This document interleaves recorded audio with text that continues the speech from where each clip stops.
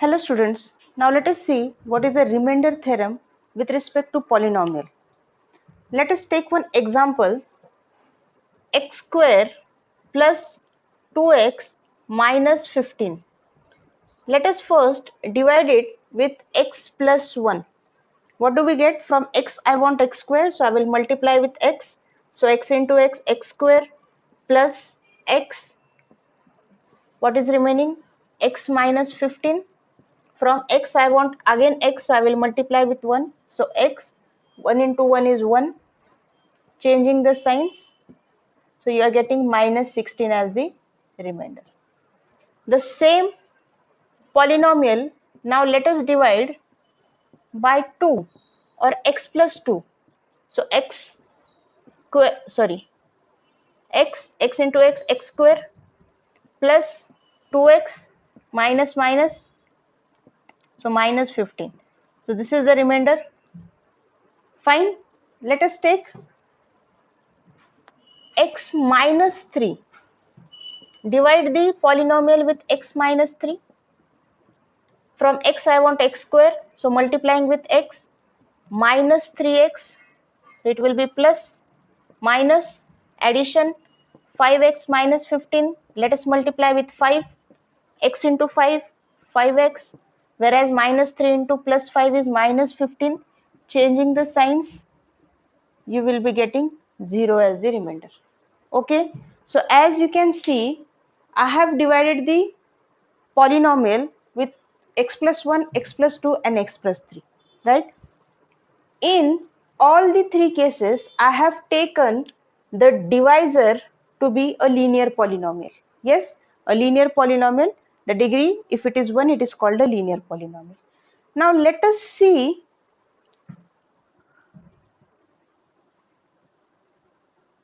how we can write it in terms of, see,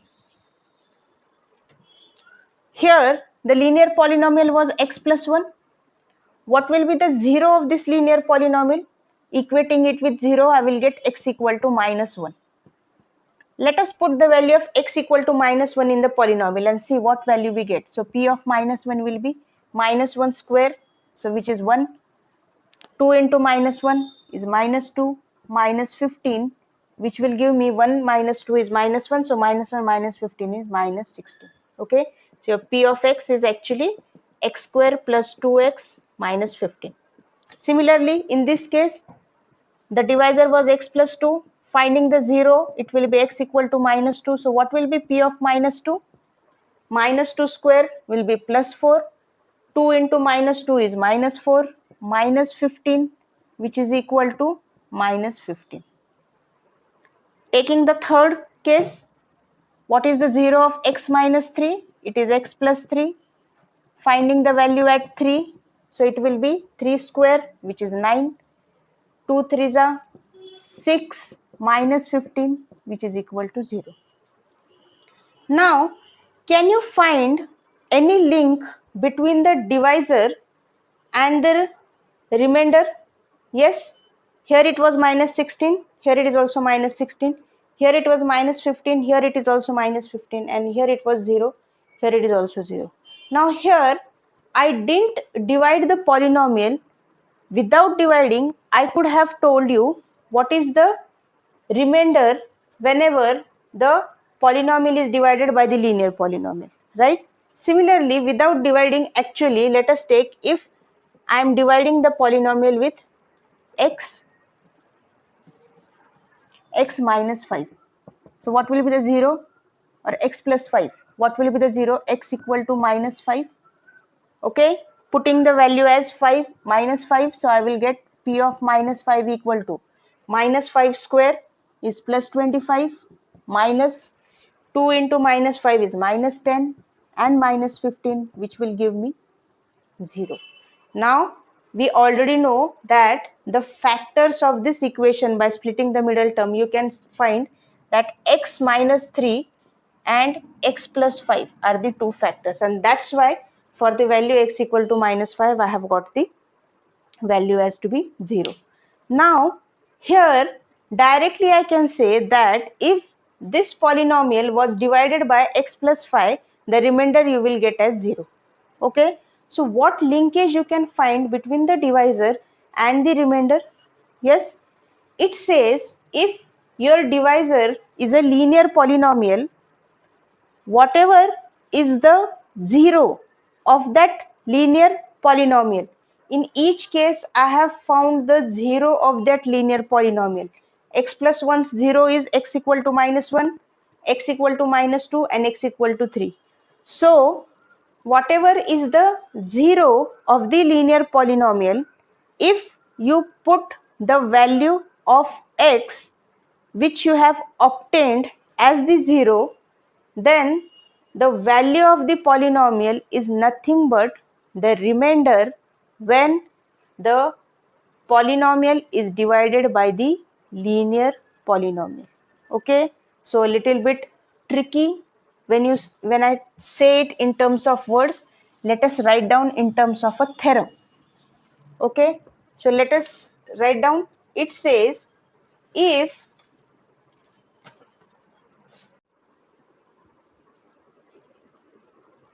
so in general we can say if p of x is your dividend, g of x is your divisor, q of x is your quotient and r of x is your remainder.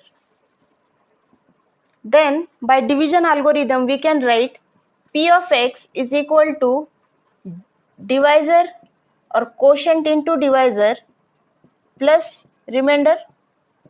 Okay, so this is a general rule or general algorithm with respect to a polynomial, but we have checked with the help of a linear polynomial.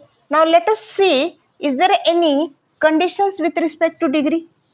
Yes, p of x is a dividend. Now condition says the degree of p of x should be greater than degree of g of x. Why? Because see, here I have taken the quadratic polynomial, degree is 2, and here I am dividing it with a linear polynomial whose degree is 1. Okay, I can take both degree has to be same. Suppose x minus 3 and I can take x plus 5 also.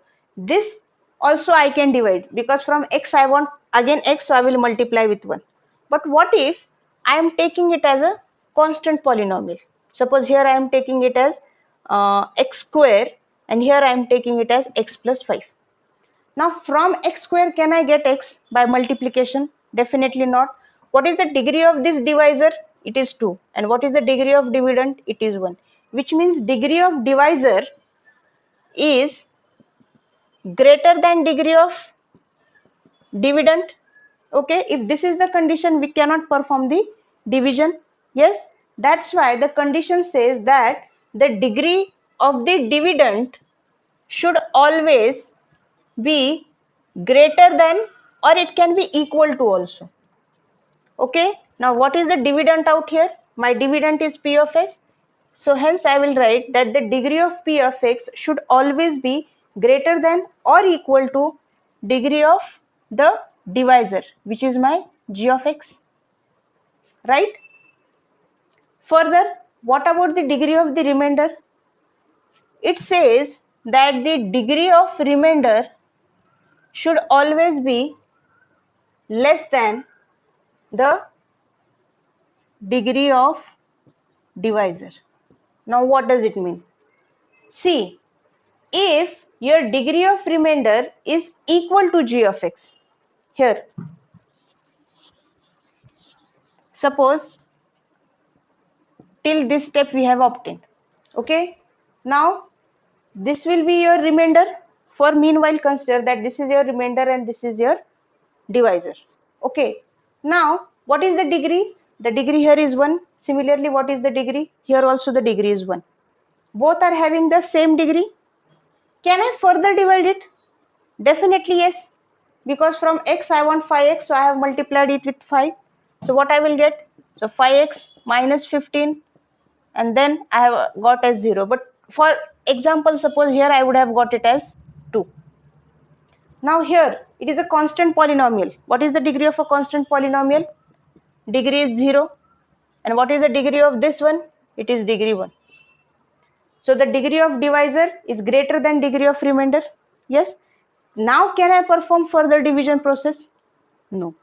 So till the degree of divisor and the degree of remainder is equal, you can perform the operations.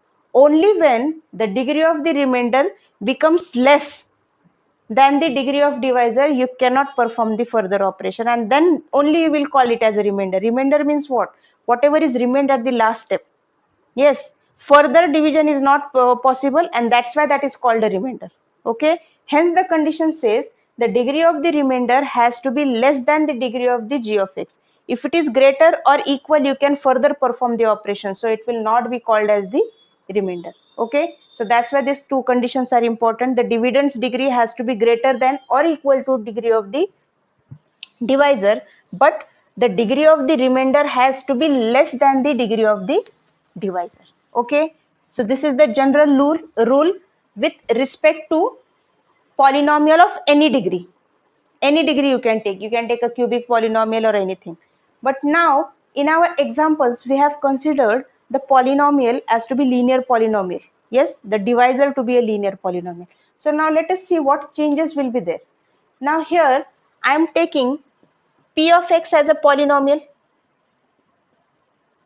right, and g of x to be a linear polynomial. Fine. So if this is a linear polynomial, what does it mean? It means the degree is what? 1. We are deriving the remainder theorem. In our previous examples, we have seen that for the 0 of the linear polynomial or the 0 of the divisor, we have got the value as the remainder instead of doing the whole complete division process. Just directly if you put x equal to -1 or +1, we would have got the value p of -1, and that would be the remainder after the division process. Now why is that happening? So we are deriving that. So now here we are applying that for our linear polynomial. Therefore the degree of the linear polynomial is 1. So what will be the degree of p of x here? So the degree of p of x will be here greater than or equal to 1, since the divisor's degree is fixed. Further, quotient q of x, what will be its degree? Its degree will be remaining 1 only, because then the multiplication will go beyond the degree. That's why the degree has to be 1 itself. And what about the remainder? As I have told, the degree of remainder has to be less than the degree of g of x. If degree of g of x is 1, what will be the degree of remainder? It should be less than 1. And what is the value for less than 1? 0. It means the degree, not value. The degree of Rfx is 0. Now for what the degrees are zeros? For constant polynomials, the degrees are 0. Meaning remainder will be a constant polynomial. If it is a constant polynomial, will it have a variable? No. So instead of writing r of x, I can directly say that since it is a constant polynomial, we will denote it as just r. X you write whenever your expression is having the variable x, or you are having whatever variable and the variable is written in this bracket. If it is not having the variable, then why to write that x? Directly I can write it as a constant. Now let us see what changes will happen in our general division formula. Yes, it says g of x into q of x plus r. Okay, so that r of x gets changed to just r. Yes. Further, now what is the standard form of a linear polynomial? Yes, the standard form of a linear polynomial is ax plus b, right? But in this case, we are considering that the linear polynomial by which we have divided. In first case, I have taken x plus 1, x plus 2, x minus 3. So the generic form will be x minus a. So my g of x, which is my polynomial, in generic form, I am writing it with as x minus a. So here I will make that change. Instead of g of x, I will write it as x minus a. Okay, so where a is any real number. Now what if I put the value of x equal to a? Now this is my linear polynomial. For every case, what we have done, we had find the zero of the linear polynomial. So x minus a was my linear polynomial. Its zero I had found, and I have got x equal to a. So which says that the zero of x minus a is x equal to a. So what if I put x equal to a? Wherever there is x, there will be change. So it will be p of a. Similarly, x minus a will be a minus a into q of a plus r. As this term will be 0, hence this complete bracket will be 0, which will give me p of a is equal to r. So from this, what you can say that after putting x equal to a in the given polynomial, I will directly be getting the remainder. What you have considered as r? R is nothing but my remainder. Yes or no?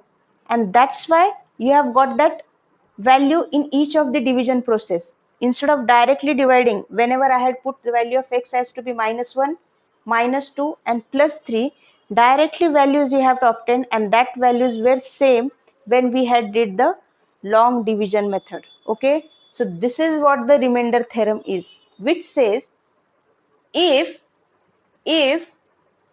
p of x is any polynomial, if p of x is any polynomial,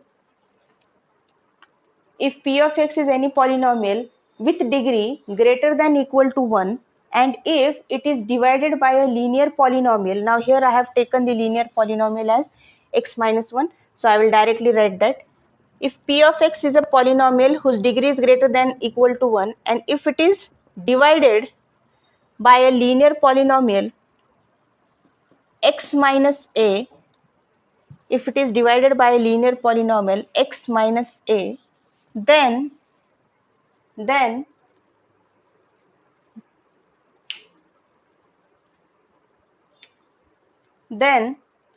the remainder can be obtained by directly putting p of a. So whatever is the value of p of a, that will be the remainder after you divide p of x by x minus a.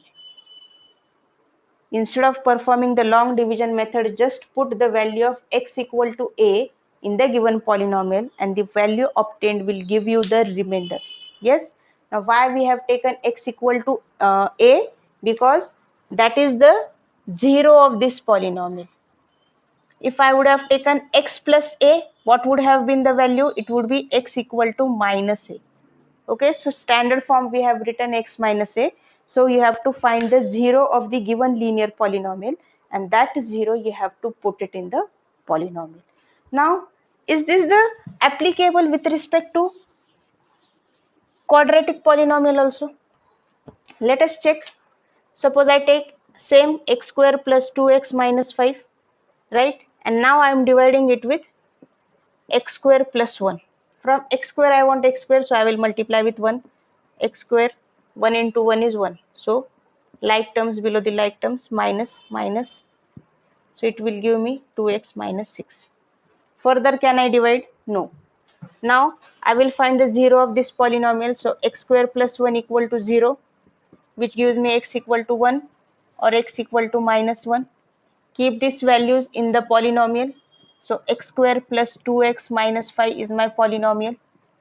Putting the value as x equal to 1. What do I get? 1 plus 1 minus 5, which gives me minus 3. Whereas putting the value of x as minus 1, I will get 1 minus 2 minus 5, which will give me minus 6. Now, these are not my remainders. As you can see, my remainder I have got it as 2x minus 6. What does it say? It says that this remainder theorem is applicable only when your divisor is a linear polynomial. Only when your divisor is a linear polynomial. Dividend can be any polynomial. means the degree of the dividend can be any polynomial, but the condition is it has to be either equal to 1 or greater than that. It cannot be less than 1.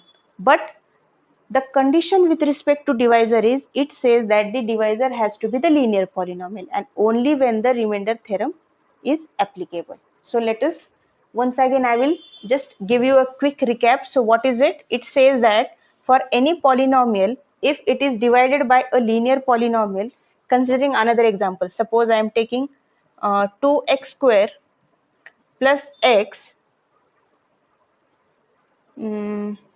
minus